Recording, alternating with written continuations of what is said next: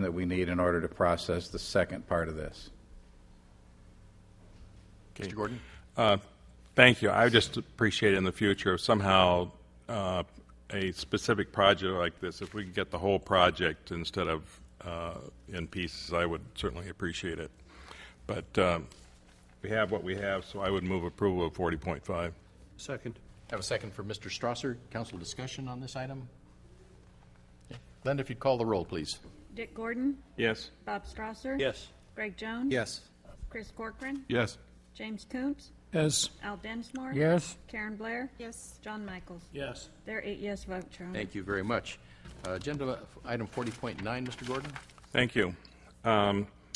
This is I am thanks to Mr. Dial and the staff, at least they kind of updated me on, but this is for producer training related to RVTV, and it's something that we talked about at our July goal-setting meeting, and we were supposed to bring it back to an agenda last fall, but obviously we've been meeting like crazy, and it just didn't happen.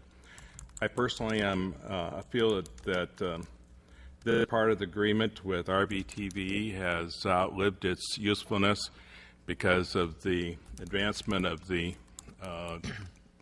technology age and electronic age, and I just don't feel that using tax dollars to provide training to people who wish to produce programs is a necessary use for city funds, and I will not move approval for this, and I will be voting no on this. Thank you. Further council discussion. Mr. Michaels.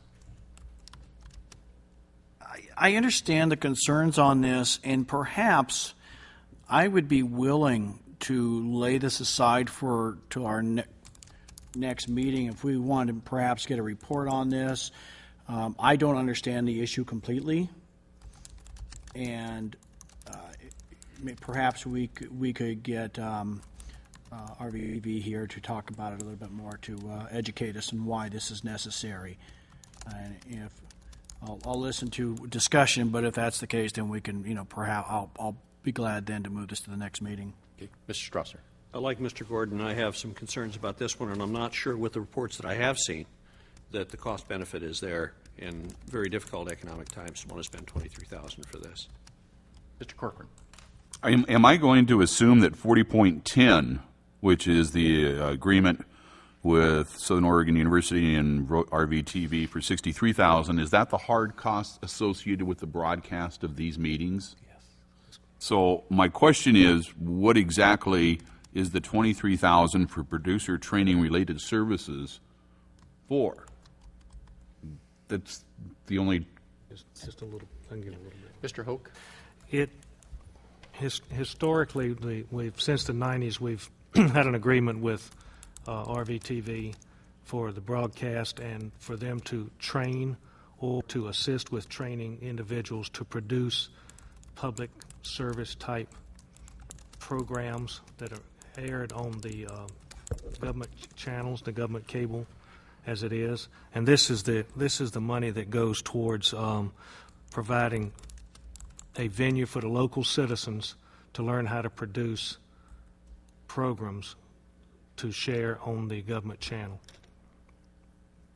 It's producer training. I mean, like you would have when that you had in the private sector. Oh, we had to do it all.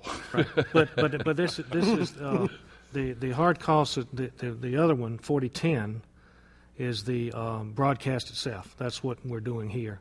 And the wages the guy in the booth, and that type stuff.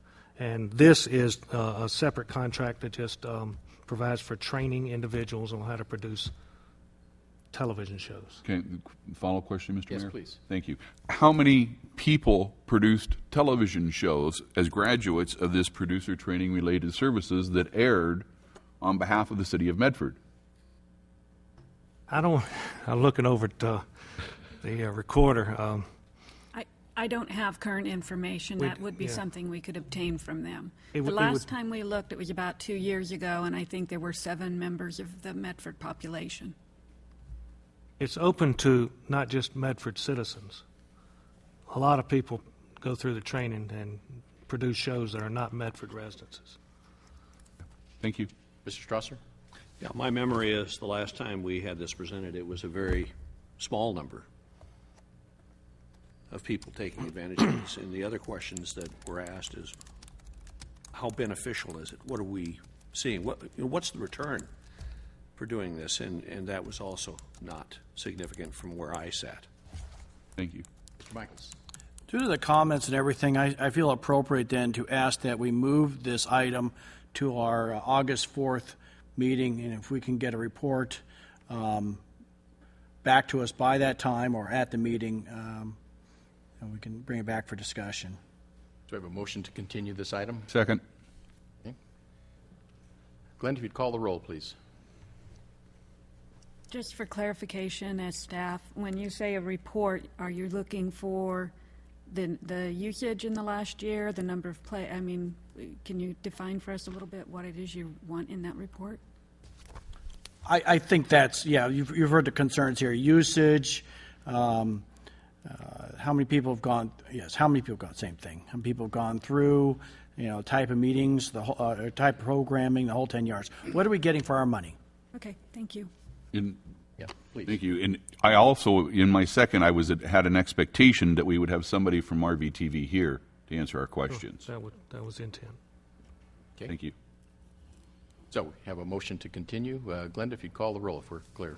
John Michaels, Yes. Chris Corcoran. Yes. Dick Gordon, Yes. Aaron Blair. Yes.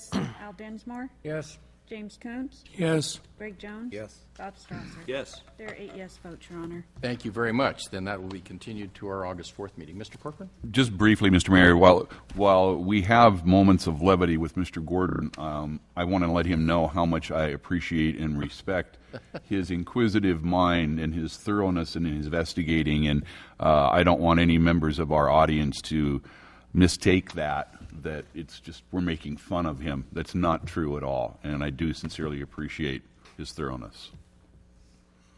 Thank you. You're welcome. You don't want to end up on a subcommittee, do you? He has all my numbers. Thank you very much. That concludes our consent calendar. This is agenda item 60, ordinances and resolutions. 60.1, Mr. Hubbard. Thank you, Your Honor. 60.1 is Council Bill 2011-135, an ordinance awarding a contract in the amount of $56,000 to Campbell DeLong Resources, Inc. to provide consulting services relating to bond measures. Thank you very much. Entertain a motion. Move approval. You. Second. Second from Mr. Jones. Council discussion or report from staff if need be. Mr. Michaels?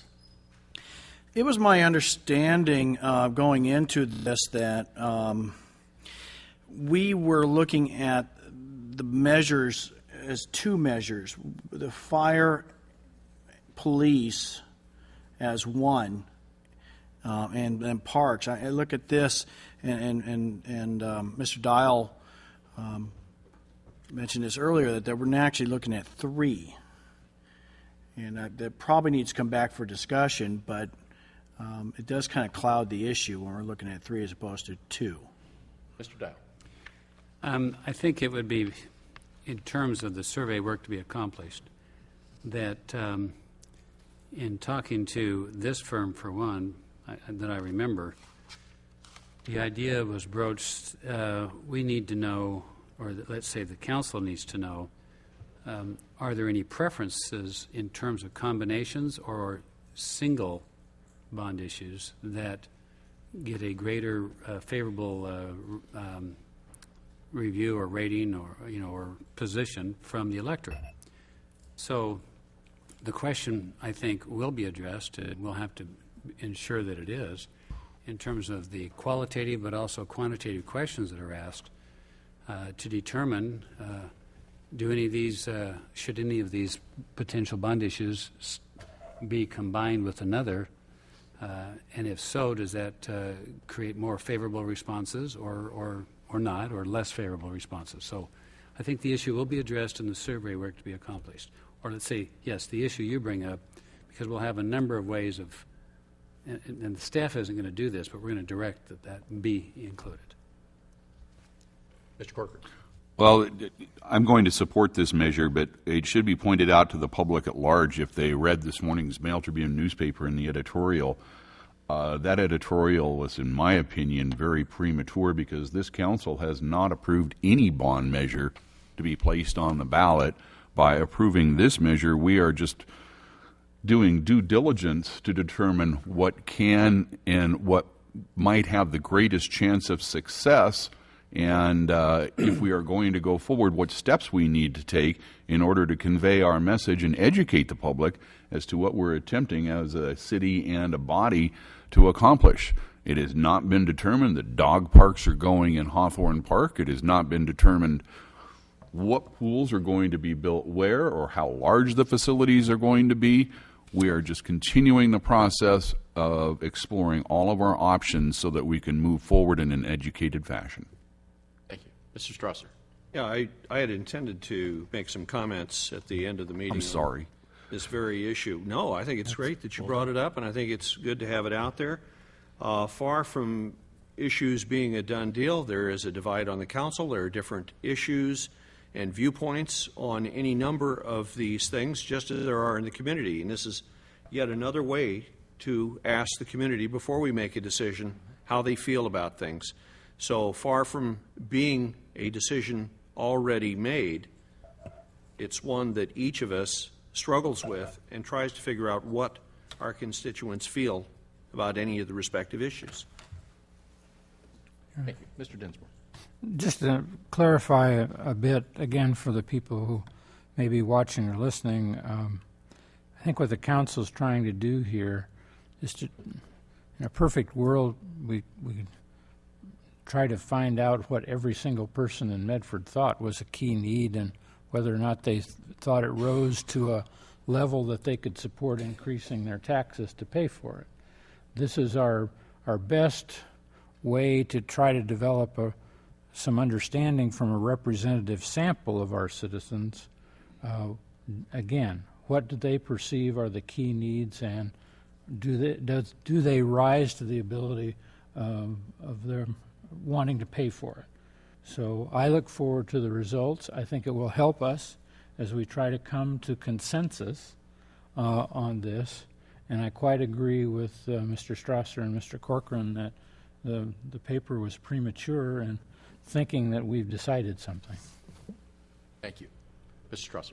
Mr. Densmore, it's not just the newspaper. There are people here in this community that don't have a good sense of where we're at, and what we're trying to do is find those common factors out in our community by getting these kinds of input from the constituents that elected us. Any other discussion?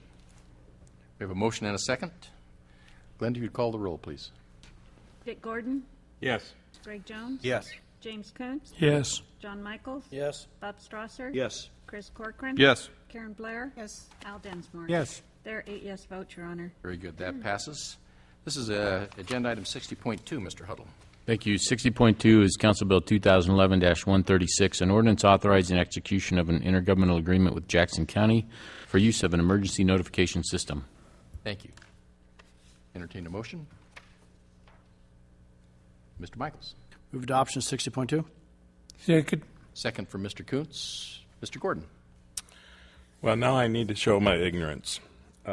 Emergency notification system.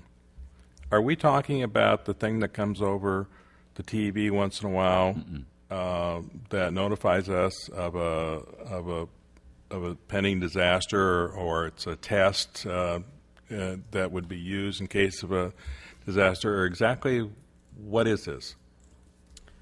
This is not quite what you're thinking, like a banner on a TV. Right. Or, yeah, it's not that at all. Your Honor, Counsel Doug Townsend, Director of Technology Services for the city. The gentleman to my left is Mark Decker, the Chief Information Officer for Jack.